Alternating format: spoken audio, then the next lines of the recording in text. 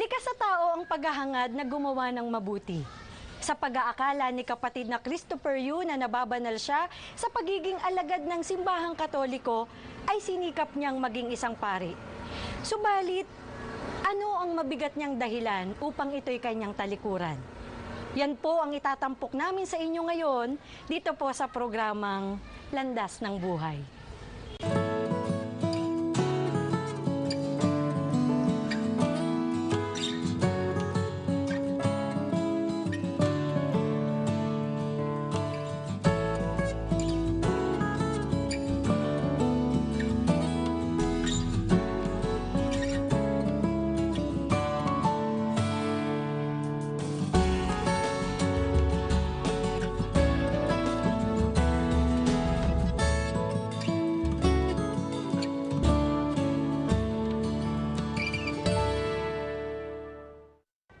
Magandang araw po.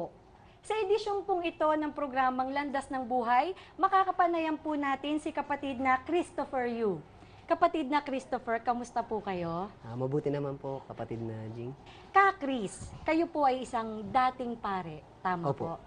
Nung bata pa po ba kayo, inisip nyo ng magpare o naging ambisyon nyo na ba yan? Wala pa sa isip ko na magpari nun eh. Bakit sa dinami-dami po ng bukasyon, bakit pagpapari ang pinili ninyo?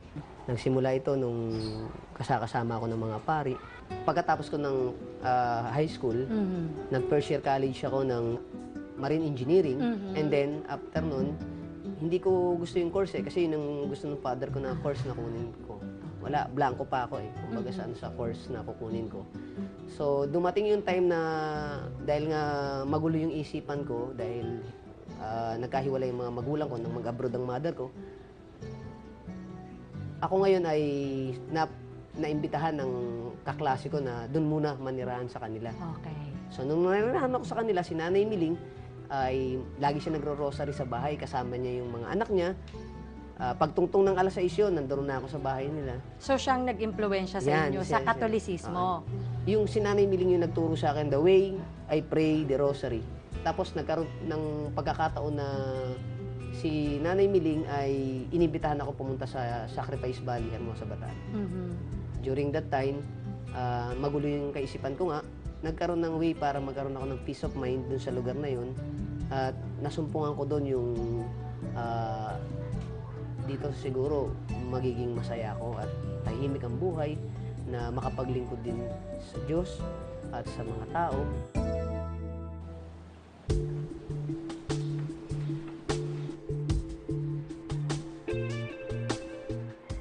Alam mo, Chris, mabait kang bata. Ba't hindi ka magpari? Magpare? Parang di naman po yata ako pwede doon. Alam mo, Chris, anak, nakita ko kung paano mo pinahalagahan ang mga pagdarasal. Nakita ko rin kung paano mabilis mong natutunan ang pagro-rosaryo, kaya pwedeng-pwede ka doon. Si Nanay Miling talaga, oh. Tao po? Nanay Miling? Sandali lang po. Sandali lang, Chris, at titignan ko lang yun.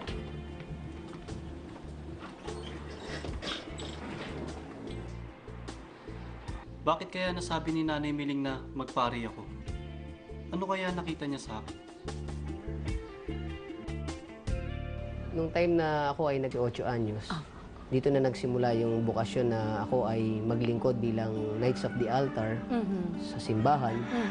At naging daan ito para sumama ako sa mga pari sa iba-ibang lugar. Maraming mga mission area na napupunta namin. At yung mga aral na tinuturo sa Katoliko ang siyang naging daan para maging sandigan ko sa paglilingkod bilang nagnanais na maging pari.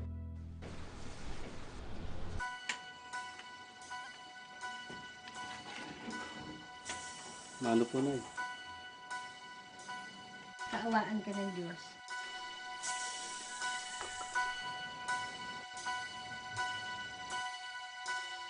Bakit ang tahimik mo? Ano bang iniisip mo? Napag-isip-isip ko po kasi yung sinabi niyo po sa akin, Nanay Miling. Alin doon? Sa dami ba naman ng sinabi ko, hindi ko na matandaan. Yung tungkol po sa pagpapari. Yun ba? Opo, Nanay Miling. Gusto ko na po magpare. Talaga, anak? nung una, hindi pa kagad ako pari. Sakristan muna ako, pinagdaanan ko muna yun. After nun, nag-undergo na ako ng subdeacon. Matagal ako naging subdeacon eh. Almost 3 years. 1994 ako nung maging subdeacon na ma-ordain. 97 ako naging isang deacon. So, 3 years. Ang palugit nung mahaba yung time. Nung deacon naman ako, doon na kami nag-undergo ng pagsama namin sa pari. Kasi yung deacon, first step to priesthood yun eh. After ng deacon, priest, bishop. Yun ang tatlong hagdan ng pagpapari.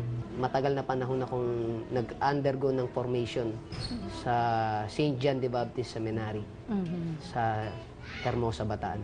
Mahirap po bang maging pare? Mahirap. Ano-ano po bang mga pinagdadaanan muna bago maging pare ang isang tao? Unang-una, yung kailangan meron kang vocation. Okay. Pangalawa, kinakailangan yung willingness mo to serve God. Okay. Pangatlo, yung kinakailangan meron ka talagang dedication. Every hour, meron kaming prayer eh. Midday prayer hanggang sa night prayer. Meron din kaming mga ginagawang mga activities sa seminaryo na nag-aaral din kami. Rosary. Every 5 p.m. nagro-rosary na kami. 7 o'clock, kakain na kami ng dinner. After naming kumain, magkakaroon kami ng reflection on that day, kung ano yung mga ginawa namin. Pero ang natutunan namin sa seminary, during formation namin, yung community building, team building. Hindi ka pa pwedeng kumilos na mag-isa ka lang eh. Hindi ka pa pwedeng gumawa na ang sarili mo kakaiba dun sa grupo. Kinakailangan kasama mo rin sila na gumagawa, kumikilos at nagkakaroon ng iisang layunin na matapos namin yung mga activity na pinapatupad sa amin o ginagawa. Naging deacon ako, naordinahan ako ng pagka-diakono, April 17, 1997. At naordinahan ako bilang pari, December 21, 2002. Ano po ang layo ninyo nun? Bakit pinili nyong maging pare? Pananaw ko nung araw ay maituro ko yung tama na aral na natutunan ko sa maraming panahon na ginugol ko sa loob ng seminaryo. During that time, talagang yung eagerness ko na makapaglingkod sa Diyos. Lumaki ko na ito yung simbahan na dinaanan ko. Kaya kapag ikaw ay pari, mataas ang moral values na maituro mo rin yung mga doctrines ng sacraments sa mga tao. Yung mga sakramento na itinuturo namin sa binyag, kumpil, kumpisal, pagpapahid ng banal na langis, banal na Santa Misa, banal na orden, matrimonyo. Yung 7 sakramento na yan na ibinibigay sa mga tao ay isang katuruan ng simbahang Katoliko na magiging daan upang yung mga tao ay masabing nakasusunod sa pamantayan ng Diyos at mapabanal ang tao noong mga panahon na yon na iniaaral ko sa marami. Dahil ako isang pari. Tinuturuan ko sila paano magdasal, gumamit ng mga larawan, imahen na siyang magiging daan upang dumating yung kasiglahan nila sa pagdarasal at devotion. May mga istampita pa kaming binamimigay. Meron pa kaming mga panalangin. Lahat ng ito ay naging daan na para yung pagiging pari ko ay maibahagi ko yung natutunan kong ito sa iba. Kung paanong tumulong sa kapwa, kaligtasan ay mahalaga. Kasi ang tao kapag nagkakaroon na ng problema, suliranin, diyan na nagkakaroon ng division, pagkakahiwalay. So, yung pagtuturo din na ang tao kapag nagkasala, nawawalay sa Diyos. Higit sa lahat, makita yung pagbabago na natutunan niya sa Ebanghelyo. Yung mga tao na manampalataya sa Diyos, sa simbahang Katoliko. Dito rin, ibinibigay din namin sa mga mananampalataya ang Katoliko kung paanong dapat silang dumalo sa banal na misa, tumanggap ng banal na komunyon, at isabuhay ang aral ng mabuting balita upang matamo yung kaligtasan. Akala ko nung araw tama yung mga bagay na itinuturo ko. Gusto kong mabago yung sarili ko na hindi rin matulad sa iba yung naging sinapitan kong buhay. Dahil pag nagturo ka ng mga moral values sa bawat family, walang pamilya magkakahiwalay. Walang pamilyang mapupunta sa kasalanan. Dahil na ituturo mo yung aral ng mabuting balita sa iba. Dito rin, kapag ang isang sambayanan o isang pamayanan o isang pamilya ay natutong magdasal, anumang bigat ng problema, sabi nga let Christ be the center. At lagi kong sinasabi nun pag nagmimisa ako, hindi ko kinakalimutan. Yung sabi ko nga, prayer is the best shield in all trials. A heart-to-heart talk to God will lessen our burden because He will never say no to those who believe in Him. So yun yung lagi kong sinasabi sa mga tao, kung paanong gumawa ng kabanalan, sumunod sa mga aral na itinuturo ng ating Panginoong Jesucristo. Naakala ko nung araw ay nasa tamang gawi ng paglilingkod. Kinikilala nyo ba noon na kabanalan ang mga ginagawa ninyo? Opo. Kinikilalang kabanalan kasi sabi nga kung ano yung ginawa mo sa kalit-liitan mong kapatid, siya mong ginawa kay Kristo. Kung susuriin ninyo ang sarili nyo, naging mabisa ba kayo bilang isang pare? Opo. Para sa akin, nakita ko nung araw, yung time na nagmimisa ako, kasi sabi sa simbahan namin, mayroong stipend na tinatawag Minsan, sinasabi ng mga parishioner, Father, wala kaming pang-stipend Tapos sa financial. Ang tanong sa amin noon, naging issue yun Ikaw ba magmimisa kapag walang stipend? So, ibig sabihin, pupunta ka ba dun sa lugar na mimisahan mo kapag walang ibabayad yung mga tao? So, ako pumupunta. Even wala. Yung pamasahe lang, binibigyan nila yung mga paring na nagpupunta. Okay lang. Dahil iba-ibang lugar Missionary priest kami. All over the Philippines, talagang nagmi-mission din kami. May mga different areas lang na naka-assign. Chris, nung kayo ay pari pa, meron ba kayong kabatiran tungkol sa Iglesia ni Cristo? Nung ako ay bata pa, naririnig ko na yung Iglesia ni Cristo. Pero wala akong alam regarding doctrines, regarding sa mga aral, at kung ano ba yung ginagawa sa loob ng Iglesia ni Cristo. Hindi ko nalaman yan. Ngayon, paano nyo po nakilala ang Iglesia ni Cristo? Nung inanyayahan ako sa pagdodoktrina ni Ka Vicky Jonko, ay pinaunlakan ko yung paanyaya niya. Pumunta ako sa kapilya, naroon yung ministro na si Ka Guillermo Pajardo Jr., siya yung nagdoktrina sa akin Hindi niya alam na pari ako. Kahit yung nag-akay sa akin, hindi niya alam na pari ako. Bakit nyo pinagbigyan yung nag-anyaya sa inyo, knowing na kayo ay pare? Naging challenge sa akin kasi nga gusto kong makita at marinig din yung aral at doktrina ng Iglesia ni Cristo mapag-aralan. Naaalala nyo po ba yung unang pagdalo nyo ng doktrina? Pwede nyo po bang ilarawan sa amin? Nung unang pagdala ko ng doktrina, nagkaroon ng naisip ko agad magdala ko ng Bible. Bago tayo magsimula ng ating pagdodoktrina, ay mananalangin po muna tayo. Tumayo po tayong lahat. Ama namin Diyos na nasa langit, marami pong salamat sa iyo. Sige po tayo.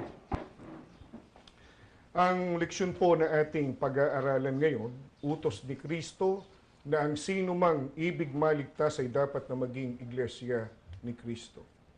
Alam nyo mga kapatid, nagtataka ang marami kung bakit inaakit pa namin ang tao na umanib sa loob ng Iglesia ni Kristo. Kayong sinasabi nila na sila daw ay meron ng mga relihiyong kinabibilangan. Ang hindi alam nitong mga taong ito ay kung alin ba ang ililigtas ng ating Panginoong Hesukristo pagdating ng araw ng paghuhukom. Yan ang ating pag-aaralan. Ano ba ang utos ng ating Panginoong Hesukristo sa lahat ng taong nagnanais ng kaligtasan? Pakinggan ninyo ang nakasulat po sa Biblia. Sa aklat po ng Juan sa 10 ang talata po ay 9. Ganito ang pagtuturo sa atin ng banal na kasulatan. Ako ang pintuan. Ang sino mang taong pumasok sa akin ay siya'y maliligtas. Ano po ang utos mismo ng tagapagligtas sa lahat ng nagnanais na magkaroon nito? Ang sabi sa atin ng ating Panginoong Hesukristo, ako anya pintuan, sino mang taong pumasok sa aking maliligtas. Sa makatwid, yung lahat ng naghahangad ng kaligtasan, hindi nila maiiwasan na sumunod sa utos mismo ng tagapagligtas. Alin yung utos? Kinakailangan na ang tao'y pumasok sa Kanya. Nagtanong pa ako noon na bakit yung mga tinetexto ninyo, wala kayong binibigay na parang pamphlets na mababasa mo yung mga Bible verses. So, dahil wala akong makita noon, nagdala na ako ng notebook, sinusulat ko yung mga Bible verse. Kahit sa pagsamba, sinusulat ko yun eh. Meron akong notebook na nilalagay ko yun. Kasi ang katuwiran ko, pag lumabas ako, after ng pagsamba, pwede ko na makalimutan yung aral, yung teksto na tinuro eh. Ka Chris, kanina habang nagkukwento kayo sa amin, dama ko na ang lalim ng pagkakilala ninyo sa inyong bokasyon bilang pare. Ano ang meron sa Iglesia ni Cristo at nagawa ninyong talikuran ng pagpapari ninyo? Yung katotohanan at kaligtasan. Sa katotohanan, nakita natin yung aral, doktrina, na ang Iglesia ni Cristo upang ang tao ay maligtas, maging daan upang ang tao ay manampalataya na mayroong iisang Diyos na dapat sambahin sa Espiritu at yan ang Ama na kinikilala ng bawat kaanib ng Iglesia ni Cristo. Pero ang naging daan para mahikayat ako sa Iglesia ni Cristo sa pagsamba, yung malakas na kapangyarihan na nararamdaman ko, yung kaligtasan na pinananabikan ko, dito ko natagpuan sa Iglesia ni Cristo. Naakala ko noon ay nasa tama akong landasin ng pagbabanal, paglilingkod sa Diyos. Nagkamali pala ako. Sa unang pagdalo nyo ng pagsamba sa Iglesia ni Cristo, ano ang naging karanasan ninyo? Unang pagsamba ko ay naninibago ako kasi syempre pari ako eh. Natanggap ko yun. Nagpatuloy ako, umatin ako sa pagdodokrina ng kapatid na Guillermo. Mga kapatid, bago tayo uli magsimula ng gawain ay mananalangin po tayo. Tatayo po tayo. Ama namin Diyos, ang pag-aaralan po natin ngayon sa ating pagdodoktrina, pananagutan sa Diyos ng mga kaanib sa Iglesia ni Cristo, ang pagdalo sa bawat araw ng pagsamba ng Iglesia. Bakit ba tungkulin nating mga kaanib sa loob ng Iglesia ni Cristo ang sumamba sa ating Panginoon Diyos? Pakinggan ninyo ang nakasulat sa aklat ng Juan. Sa 4 ang talata ay 23, ganito ang sagot. Datapwat dumarating ang oras at ngayon nga, nasasambahin ng mga tunay na mananamba ang Ama sa Espiritu at katotohanan, sapagkat hinahanap ng Ama ang mga gayon na maging mananamba sa Kanya. Bakit tungkulin ng lahat ng mga kaanib sa loob ng Iglesia ni Cristo ang sumamba sa ating Panginoon Diyos? Sapagkat hinahanap ng ating Panginoon Diyos ang mga tunay na mananamba para magsagawa ng pagsamba sa Kanya. At dito, nalinawan ako sa mga aral. Bakit po kayo nagdesisyon na ipagpatuloy ang inyong doktrina o pag-aaral ng mga salita ng ating Panginoong Diyos na itinuturo sa Iglesia ni Cristo? Pinaramdam sa akin ng Diyos na dito yung katotohanan. Habang tinuturuan kayo ng aral ng ating Panginoong Diyos sa Iglesia ni Cristo at kayo din naman nagtuturo noon bilang pare, di ba kayo nasasaktan na habang itinuturo sa inyo yung mga aral nararamdaman yung lihis naman sa mga itinuturo ninyo noon? Nung una, parang nagkaroon ako ng doubt doon sa mga aral. Pero nung naramdaman ko yung malakas na kapangyarihan ng Ama sa pagsamba, lahat ng doubt na yun nabago. At pinanabigan ko laging hanapin na makasamba ako sa bawat kapilya. Iba-ibang lokal ang pinupuntahan ko. Pupunta ako sa iba-ibang lokal. Nag-o-observe ako. Minsan sumasamba ako sa ibang lokal, nakakarating ako sa Tondo, Manila, upang magmasid ng mga aral. Noong time na nakikinig ako ng aral sa bawat pagsamba, naramdaman ko yung katotohanan. Naramdaman ko yung kapangyarihan ng Diyos. Naramdaman ko yung pagtawag niya sa akin sa loob ng Iglesia ni Cristo. Dito ko nakita na kung ako noon ay nasa pagpapari ko noon hanggang sa ngayon, naabutan ako ng kamatayan ko, masabi kong hindi ako maligtas. Subalit ngayon, nabautismuhan ako sa Iglesia ni Cristo, naririto ang kaligtasan. May pinagsisisihan ba kayo? Pinagsisisihan ko yung mga maling aral na naituro ko sa iba na dapat ay kung maaari lang na kunin ko uli o baguhin yung kanilang mga pananaw na naituro ko, gagawin ko upang maituro sa kanila yung tama at maayos na pananampalataya at pagsunod sa Diyos. Kung meron pang pagkakataon na maibahagi ko yung nalaman ko ngayon sa iba, pwede kong ibahagi.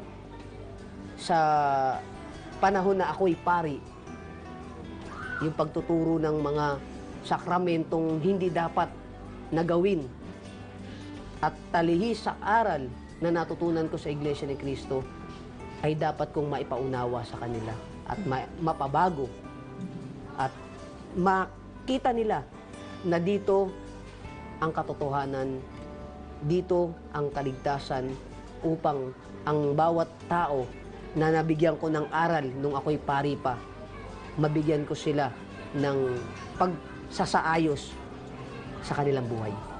Paano niyo po paninindigan ang inyong pagiging kaanib sa Iglesia ni Cristo? Dito na ako mamamatay. Dito ko na matatamo yung kaligtasan. Dito na rin ako magiging masaya. Anong naging pagkakaiba ng buhay niyo noon at buhay niyo ngayon na kayo ay kaanib na sa Iglesia ni Cristo? Noon, nung pari pa ako, masasabi kong nasa sanlibutan ako. Kalayawan, iba't ibang nasa paligid mo na pwede kang madala ng tukso habang nabubuhay. Pero nitong nasa loob ng Iglesia ni Cristo, bagamat naroroon yung mga pagsubok na yan, ay nagiging daan sa bawat pagsamba mo na mabatid mo yung katotohanan. Maramdaman mo yung presensya ng Diyos na tumatawag sa iyo para sa kaligtasan. Hinahanap-hanap lagi ng katawan ko na maramdaman siya. Ano po ang pagkakaiba ng pagsamba sa Iglesia ni Cristo at sa inyong mga pagmimisa? Mararamdaman mo yung solemnity sa loob ng Iglesia ni Cristo. Bawal dun yung nakikipag-usap ka sa katabi. Bawal dun yung makikita mong mayroong magulo sa pagsamba. Nakikipag-usap ka sa Diyos ng sarili, puso, isip, at higit sa lahat yung pananalangin mo na taimtim sa Diyos. Higit sa lahat yung kaayusan. Naging mabigat ba sa inyo na tanggapin ngayon itong mga aral na itinuturo sa inyo sa Iglesia ni Cristo? Medyo mabigat na malaman ko sa ngayon na yung mga tinuro ko ay mali. Malaking pagkakaiba. Nakita ko yung kung paano dapat ang mga mananampalataya ay hindi sumamba sa mga ribulto. Pangalawa, yung mga doktrina ng aral ng Katolisismo na naituro ko sa iba. Akala ko dun yung pagkakataon na iniaakay ko sila sa kaligtasan eh. Bandang huli, para bang naisip ko ngayon na naibubulig ko pa sila sa kasalanan at naging daan upang sila ay maligaw ng landas. Ano po ang pagkakaiba noong kayo ay pari pa at ngayong kayo naman ay kaanib na sa Iglesia ni Cristo? Ngayon na narito ako sa loob ng Iglesia ni Cristo, sinisikap kong makapaglingkod, makapag-akay ng mga kakilala ko, kaibigan ko, madala ko sa katotohanan, sa tunay na Iglesia ni Cristo. Ano po ang gusto niyong ipagpasalamat sa ating Panginoong Diyos? Papasalamat ako sa Diyos, naging kaanib ako ng Iglesia ni Cristo, na nagbigay sa akin ng buhay, ng lakas, katotohanan, na nabatid ko ang tunay na aral at tamang daan ng katotohanan at kaligtasan sa Iglesia ni Cristo. Nais ko ring maibahagi ito sa iba. Kung bibigyan ako ng pagkakataon na mabago ko uli yung mga aral na itinuro ko sa mga kakilala ko habang ako'y nabubuhay. Pipilitin kong maipakilala ang katotohanan ng aral na nalaman ko ngayon bilang isang kaanib, kapatid sa loob ng Iglesia ni Cristo. Ano po ang gusto ninyong sabihin sa ating mga manonood? Sa lahat ng mga nakakakilala sa akin at mga kaibigan ko, mga kakilala dating pari, mga obispo, inaanyayahan ko sila na tignan, suriin at alamin ang aral sa loob ng Iglesia ni Cristo. Ka Chris, maraming salamat po Maraming salamat din po. sa pagpapaunlak ninyo sa programang Landas ng Buhay. Sa kasalukuyan ay nakatala si kapatid na Christopher Yu sa lokal ng Panghulo, distrito ng Metro Manila North. Mali ang kanyang naging akala na sa pagiging pare ay napangungunahan niyang mga tao patungo sa kaligtasan. Manapa ay nagiging kasangkapan siya upang ang tao ay mabulid sa kapahamakan. Naunawaan niya ang katotohanan sa loob ng Iglesia ni Cristo. Ito ang nagtulak sa kanya upang talikuran ng pagiging pare. Kinikilala niya na napakalaking biyaya na mula sa pagiging alagad ng simbahang Katoliko, ngayon ay masiglang kaanib na siya sa Iglesia ni Cristo. Ngayon ay mayroon na siyang karapatan sa pagtatamo ng kaligtasan. Napatunayan ni kapatid na Christopher Yu na likong landas ang tinahak niya nang siya ay magpare. Subalit nang maunawaan niyang mga aral at utos ng Panginoong Diyos na itinuturo sa Iglesia ni Cristo, ay tinahak niya ang landas ng buhay. Ang landas tungo sa kaligtasan.